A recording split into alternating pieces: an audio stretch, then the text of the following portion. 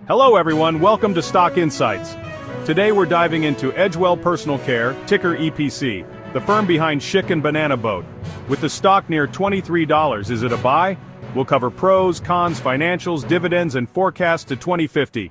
Stick around. Edgewell spun off from Energizer in 2015 and focuses on personal care across wet shave, sun care, and feminine hygiene, selling in 50-plus markets.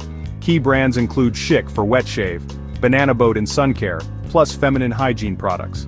Pros: diverse global brands and stable demand for essentials. Decent gross margins around 42%. Cons: high debt, about $1.4 billion.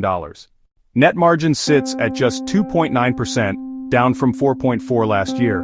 By contrast, competitors like Procter & Gamble report roughly 17 to 18% net margins. Debt totals about $1.4 billion with an 89% debt-to-equity ratio. Operating cash flow around $118 million, enough to cover obligations but limits growth. Net result: solvent but constrained capacity to invest and grow. Since the 2015 IPO, shareholders are down roughly 50% adjusted, while the S&P has gained substantially. That underperformance is a clear investor concern. Edgewell plans to focus on R&D and sustainability to drive future gains. Analyst forecasts suggest a plausible range of $38 to $47 by 2030. A $1,000 per share target for EPC? Highly unrealistic given current fundamentals.